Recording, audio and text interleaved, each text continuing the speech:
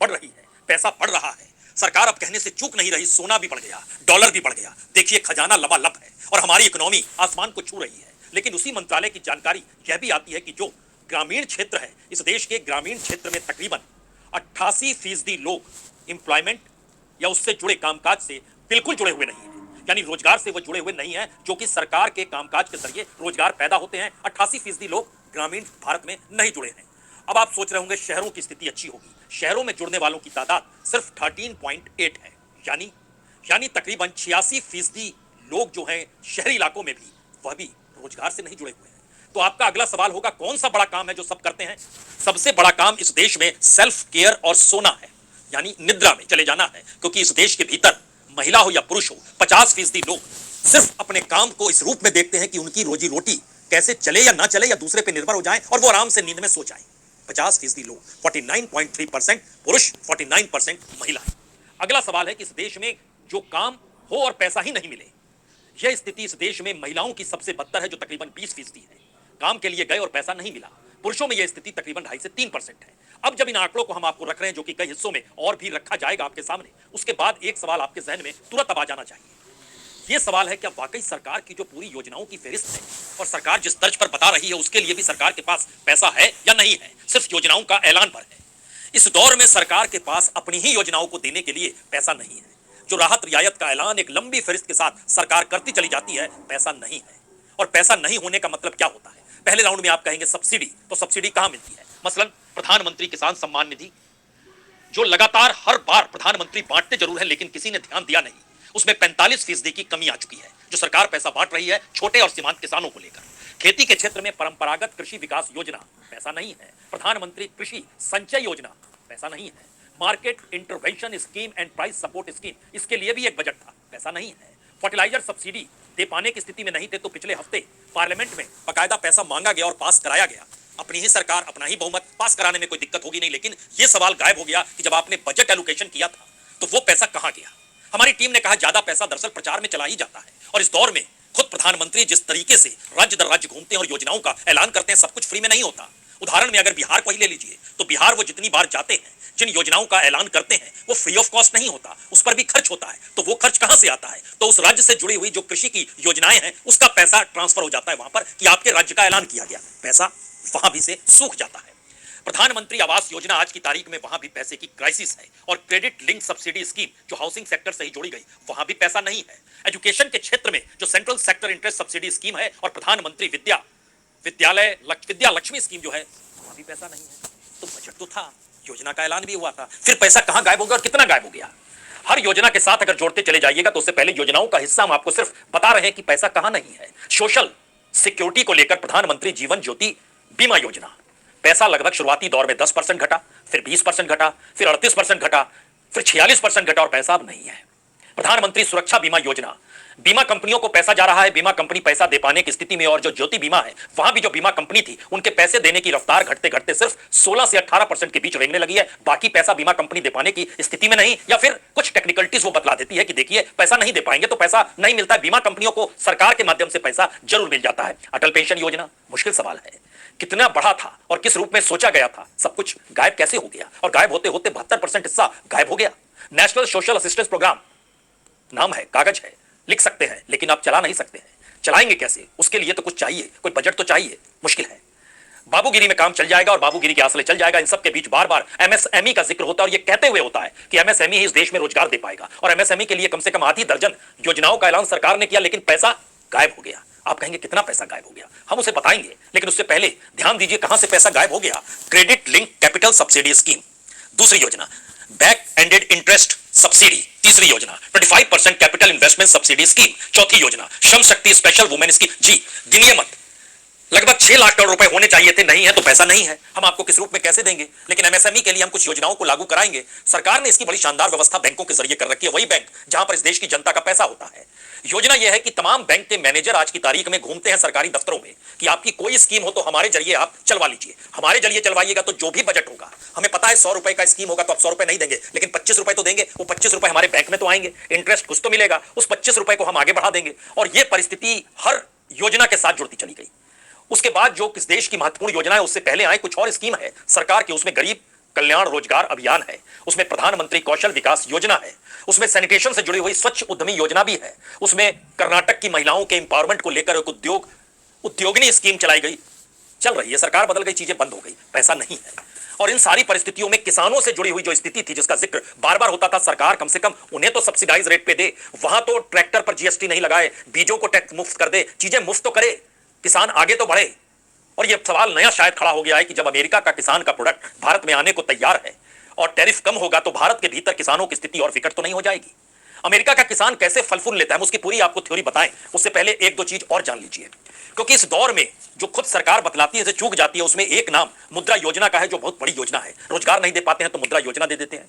मुद्रा योजना का पैसा भी इस बार कम हो गया, तकरीबन 4,22,000 करोड़। पिछले साल कितना था? पिछले साल ये 5,32,000 करोड़ था। सामान्य तौर पर किसी भी योजना से संबंधित बजट बढ़ता है, सामान्य तौर पर ज्यादा स्थितियां नाजुक हो रही हैं, क्योंकि मुद्रा योजना की ही रफ्तार को देखेगा तो पैसा हमेशा बढ़ते गया।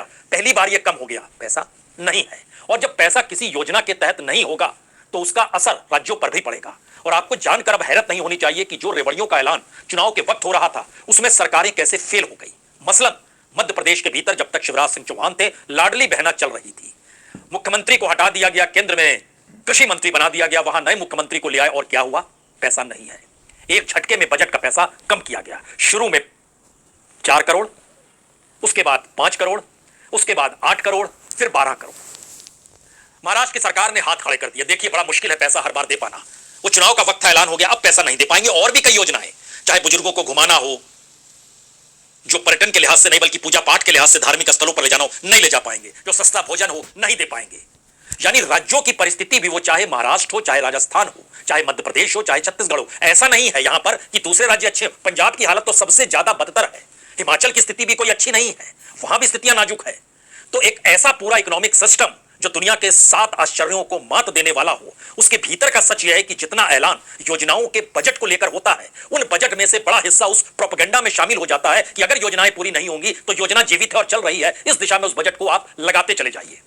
और इसका असर राज्यों पर यह होता है कि राज्य केंद्र की योजनाओं को अपने राज्यों में लागू कराएंगे ही, और उनको 40% पैसा देना ही पड़ेगा, 60% सेंटर देगा। सेंटर 60 की जगह औसत जो आज की तारीख में दे पा रहा है, वो 32% पैसा दे पा रहा है। राज्यों की स्थिति नाजुक है तो वो 40 क्या 20% भी कैसे भी दे, लेकिन सरकार ने कहा जाइए reserve bank, interest free loan उठा लीजिए। और लोन उठाने के बाद उठाते उठाते 2024-25 के बजट की स्थिति के बीच हर राज्यों की स्थिति ये आकर खड़ी हो गई कि हर राज्य की जीडीपी जो है उसमें औसतन लगभग 25 से 30% कर्ज है, जो रिजर्व बैंक से उठाया हुआ पैसा है। तो रिजर्व बैंक कितने नोट छापेगा और कैसे छापेगा? जैसे टॉप पे पंजाब है, जीडीपी का लगभग 45% कर्ज में डूबा हुआ है, हिमाचल प्रदेश 43% डूबा हुआ है, वेस्ट बंगाल 37% डूबा हुआ है, राजस्थान 36% डूबा हुआ है, उत्तर प्रदेश 33% डूबा हुआ है, मध्य प्रदेश 32% डूबा हुआ है।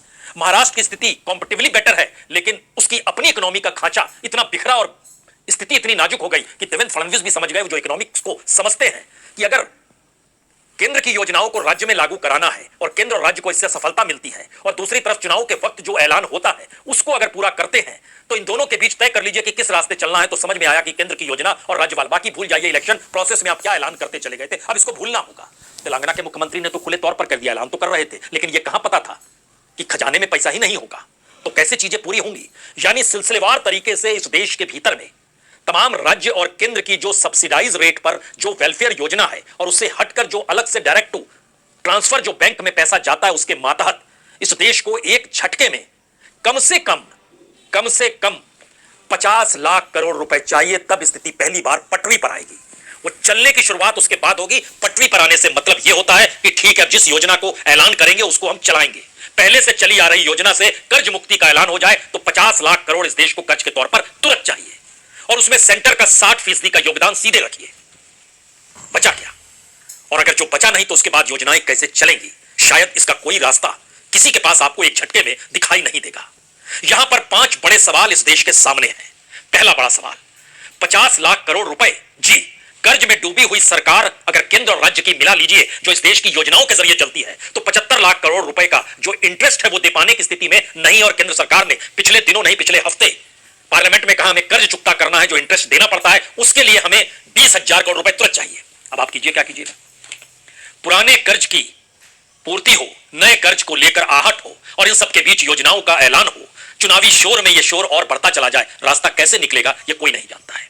दूसरा सवाल, इस दौर में अगर देश के भीतर उत्पादन गायब है, एमएसएमई को सपोर्ट मिल नहीं पा रहा है, स्टार्टअप के साथ जुड़ा हुआ तबका पहली बार हांफते हुए नजर आ रहा है, तो आपके पास नया प्रोग्राम क्या है, उसके लिए कितनी पूंजी चाहिए? वह पूंजी भी अगर एवरेज निकालिएगा बीते 10 वर्षों में जो पूंजी इन क्षेत्रों में जाती थी, तो वहां पर भी आपको तकरीबन 32 लाख करोड़ रुपए तुरंत चाहिए। यह उस 50 लाख करोड़ से हटकर है। तीसरा सवाल, इस देश के भीतर में अगर रोजगार की स्थिति यही रही तो एक विस्फोटक स्थिति में यह देश 2029 तक तो खड़ा हो ही जाएगा। 29 का जिक्र इसलिए जरूरी है क्योंकि अगला लोकसभा चुनाव 2029 में होना है, और तब की स्थिति यह बताएगी कि इस देश के भीतर में हर दूसरा व्यक्ति डिग्री के साथ बेरोजगारी की जमीन पर खड़े होकर या तो चुनावी या राजनीति के नारे लगाएगा, या फिर उसका आक्रोश इस रूप में फूट पड़ेगा कि इस देश के भीतर में जो भी सरकारी नौकरियों के दरवाजे हैं, जो भी सिविल सर्विसेज हो या स्टेट सिविल सर्विसेज हो, जिस भी लेवल की जो नौकरी है, उससे लगभग 80 गुना ज्यादा बेरोजगार एक झटके में सड़क पर होंगे। बचेगा क्या? आप कहेंगे मौजूदा वक्त में कम है, तो चौथी स्थिति में आ जाइए। मौजूदा वक्त में अनऑर्गेनाइज सेक्टर 2014 में जितना वेतन दे पाता था, आज की तारीख में उसमें लगभग 16% की कटौती हो गई, कमी आ गई। वेतन देने में बेरोजगारों की तादाद और रोजगार पाने वालों की तादाद में 29% की कमी आ गई। एनएसएसओ, सीएमआई, सरकार के डिपार्टमेंट्स, सभी के डाटा को मिलाइएगा तो यही आएगा। और आखिरी बड़ा सवाल, जो सबसे बड़ा सवाल है, अगर इस देश के खजाने में इस देश की योजनाओं को चलाने का पैसा नहीं है तो बचा क्या? और यह सवाल हर दिन इस देश के नेता, मंत्री, प्रधानमंत्री सभी से हम लोग रूबरू होते हैं, जो 5 ट्रिलियन इकोनॉमी के बाद विकसित भारत का सपना भी दिखाते हैं, और इस देश के भीतर अलग अलग रंगों के आसरे एक मोटी मोटी लकीर समाज के भीतर खींचने से कतराते भी नहीं है, और पूरा समाज उसी में धीरे धीरे समा जाए और देश के भीतर